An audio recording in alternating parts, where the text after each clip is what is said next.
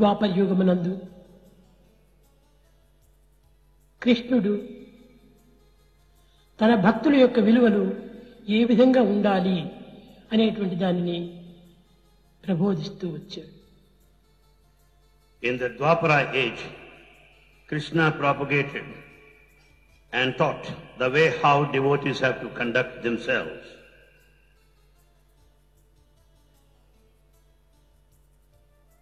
తన భక్తులు ఎట్టి ఆశలను లేకుండా ఉండాలి. A devotee of God should be desireless. అనపేక్ష శుచిర్దచ్చ. అనపేక్ష ఎట్టి అపేక్షలు లేకుండా ఉండాలి. He shouldn't have any kind of desire. శరీర ఇంద్రియ మనోబుద్ధులతో కూడినటువంటి మానవుడు ఎట్టి అభిష్టములు లేకుండా ఏ విధంగా ఉండగలడు? How is it possible for a normal being gifted the body, senses, mind and intellect, to be in the state of desirelessness? ఏదో కొన్ని అభిష్టములు తనకు ఉండియే తీరాలి. They're bound to be desires.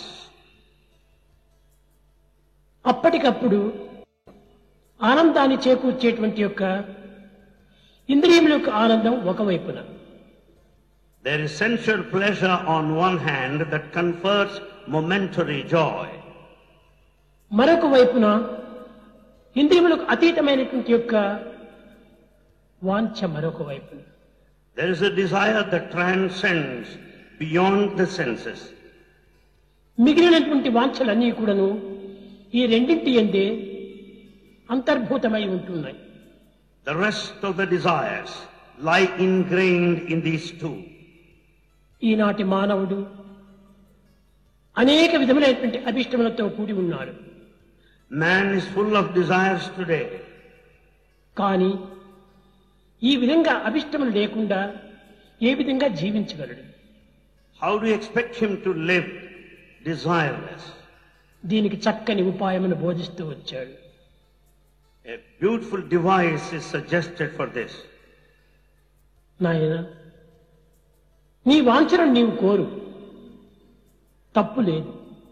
కానీ ఈ అభిష్టములను, ఈ వాంఛలను భగవత్ప్రీత్యార్థంగా నీవు వినియోగపరిచి నీ వాంఛను నీవు అనుభవించు అన్నాడు.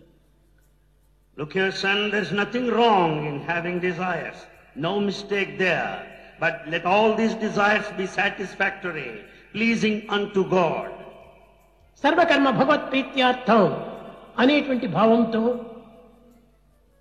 ఉత్తమమైనటువంటి భావములను అభివృద్ధి పరచుకొని సత్యనిత్యమైనటువంటి యొక్క సూత్రులను అనుభవిస్తూ పోవాలి. With the feeling that everything is dedicated to God, one should carry on the life sojourn with noble ideas, basing on the eternal principles based on truth. ఇది నాది, ఇది నీది అనేటువంటి భేదములు లేకుండా సర్వము కూడాను భగవంతుని యొక్క ప్రీత్యార్థమై నేను అనుభవిస్తున్నాను అనేటువంటిది భగవత్ ప్రీత్యార్థంగా చేసినప్పుడు ఇది ఎట్టి అభిష్టములను లేనటువంటి వాడుగా రూపొందగలడు. When once we lead a life without the feelings of mine and thine, that everything is an offering to God, then you attain that state of desirelessness. ఇది ప్రాకృతమైనటువంటి కోరికలు కానీ అప్రాప్తమైనటువంటి కోరికలు కానీ కోరవచ్చు.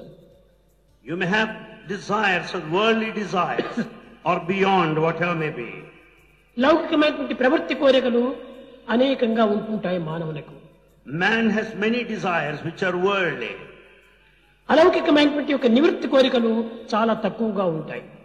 He has very few desires which are inward, spiritual. కానీ ఈ రెండింటి యందు ఊడినటువంటి యొక్క దైవత్వం ఒక్కడే. But however, the same divinity is latent in both. అయితే ఈ అభిష్టములు నెరవేరడానికి ఏది ఆధారం? What is the foundation to have the desire fulfilled? శుచిర్దక్ష. శుచి ఏ శుచి? బాహ్య శుచియా లేక అంతర్శుచియా? అంతర్బహిర్శుద్ధి అభివృద్ధి పరచుకోవాలి. Cleanliness, what sort of suchi cleanliness? Is it outer or inner? one has to develop cleanliness, purity in both. కేవలం బాహ్యమైనటువంటి శరీరమును పరిశుద్ధము గావించుకోవటం చేత తాను శుచి కాలేడు. By keeping the body outwards clean, well, he cannot claim to be clean. అంతర్శుద్ధి అత్యవసరమైనటువంటిది. Inner purity is most essential. మీకందరికీ తెలుసు, భారతీయులకు Bharatiyas know this pretty well. ఒక కళాయి లేని పాత్ర యందు సాంబార్ వండినప్పుడు ఆ సాంబార్ అంతా కూడాను చిరుము పడుతుంది. When sambar is made in a big vessel which is unalloyed, naturally the whole turns into poison. అదే విధముగానే అంతర్పాత్ర హృదయమునందు పరిశుద్ధమైనటువంటి యొక్క పాత్రను ప్రేమ అనేటువంటి కళాయి వేసి అందులో ఏ విధమైనటువంటి వంటలు వండినా పరిశుద్ధంగానే ఉంటాయి. Therefore heart, the inner container, should be tinned by love so that things would continue to be pure. కనుక ప్రతి మానవుడికి కూడాను అంతర్శుద్ధి అత్యవసరమైనటువంటిది. Therefore for every man, inner purity is very essential. ఎట్టి అపవిత్రమైన భావనలను ప్రవేశించి చేయకుండా, without permitting any unsacred ideas, ఎట్టి దుష్టభావములు కూడాను తన చర్యనికుండా, without getting any kind of wicked feelings, దుర్బుద్ధులను ప్రవేశపెట్టకుండా, without any bad views, భగవత్ ప్రేమ చేతనే ఆ యొక్క హృదయాన్ని పవిత్రంగా గావించుకొని నింపుకోవాలి. he can sanctify his heart by the divine love. ఈ ప్రేమ అనేటువంటి యొక్క కళాయి ఉండినప్పుడు ఈ పాత్రలో ఎట్టి వంటలైనా కూడా మనము వండుకోవచ్చు. When once the vessel is tinned by love, any preparation can be made.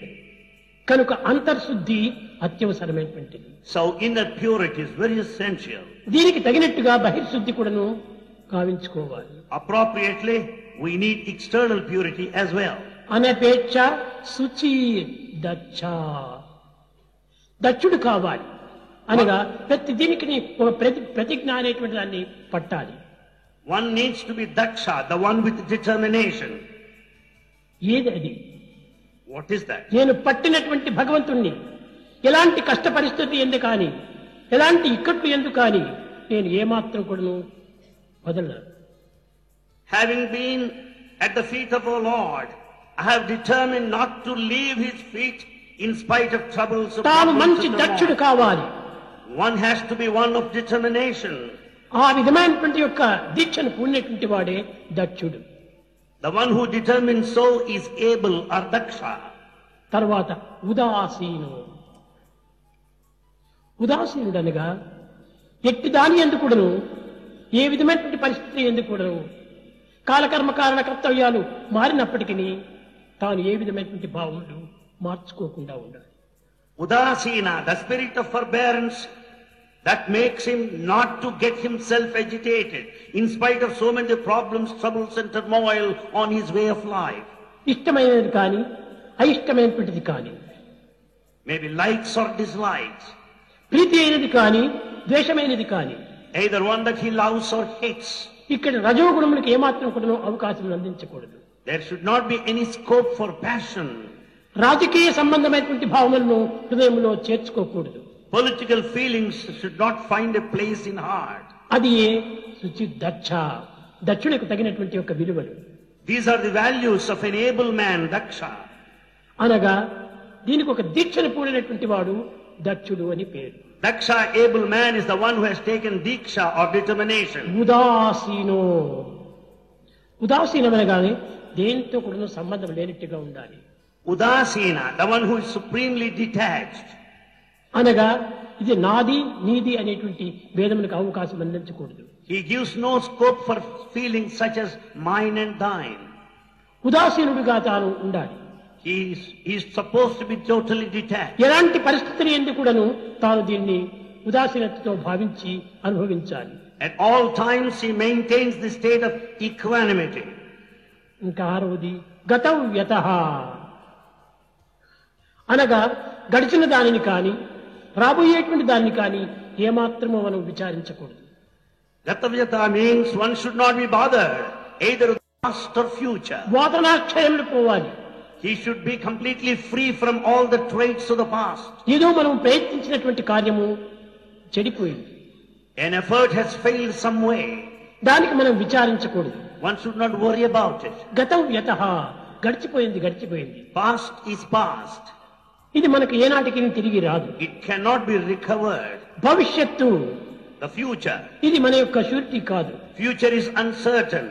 కనుకనే గడిచిపోయినటువంటి దాన్ని కానీ భవిష్యత్తును కానీ మనం విచారించకుండా వర్తమానాన్ని మాత్రం దృష్టి అందించుకొని కార్యములో ప్రవేశించాలి. Therefore, we should never brood over the past or worry of the future, but consider the present alone and lead our Past life. is past, forget the past. Past is past, forget the past. Future, do not brood for the future. Don't brood for the future.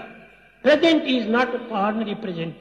Present is not ordinary present. It is omnipresent. It is omnipresent. ఈ వర్తమానంలో మనం సరైనటువంటి దీక్షతో మనం సాధించినప్పుడే సర్వ విధముల కూడా విజయాన్ని పొందినటువంటి వారం అవుతాం.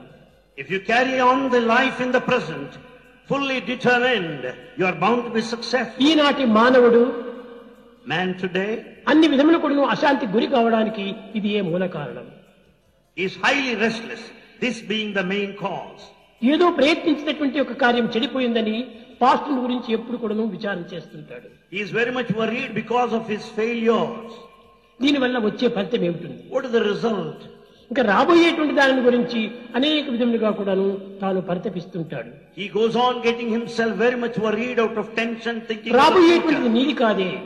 The future is not sure. కాలగర్భంలో కలిసి ఉంటున్నటువంటి దాన్ని నీవు ఎందుకు విచారించే ప్రయోజనం ఏమిటి? When it lies in the womb of the future, the time, how do you worry about it? Why? కనుకనే ప్రజెంట్ అప్పటికయ్యేటువంటి ఒక దీన్ని నువ్వు దృష్టి అందించుకొని ఆ కార్యంలో దీక్షను పూనాలి.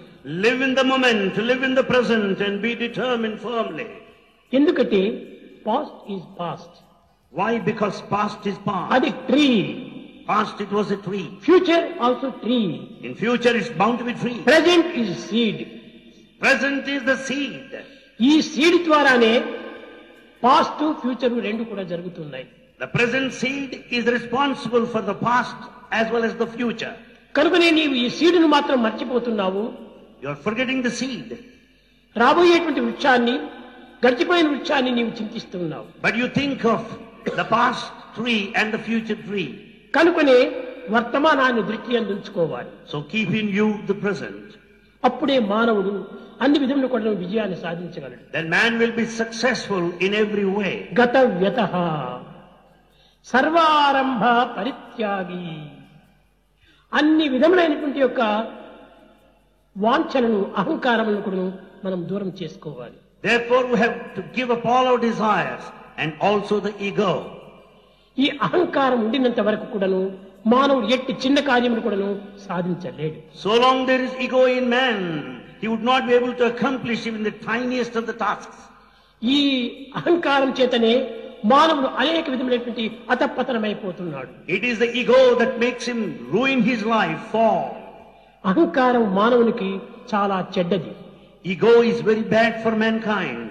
ఈ అహంకారం ఉండినంత వరకు కూడాను కట్టుకున్న భార్య గాని కన్న కొడుకు గాని అతన్ని ఏమాత్రం కూడాను గౌరవించడు. So long one is egoistic, he will not be respected and loved by wife and the son. కేవలము ప్రాకృతికంగా తానేదో గౌరవించినట్టుగా నటన చేయవచ్చును, కానీ నిజముగా అతను ప్రేమించినటువంటి యొక్క ప్రేమను అందులో ఏమాత్రం కూడా ప్రవేశపెట్టాడు. After all, the egoistic man may be respected in the worldly sense, but not deep in heart. కనుక ప్రతి మానవుడు కూడాను ఈ అహంకారం అనేటువంటి మహాద్వేషిగా మనం భావించాలి. Therefore, every man should consider ego as the worst of the enemies. కనుక ఈ అహంకారం ఉండినంత వరకు కూడాను ఏ చిన్న కార్యం కూడాను మనం సాధించలేము. So we cannot carry on any simple assignment. బంధుమిత్రులు with కూడా ego. మనల్ని ప్రేమించలేరు. And we will not be loved by our relations and friends. కనుక ఈ అహంకారానికి ఏమాత్రం అవకాశం కూడా చూసుకోవాలి. So we should take care that we don't give any scope for ego.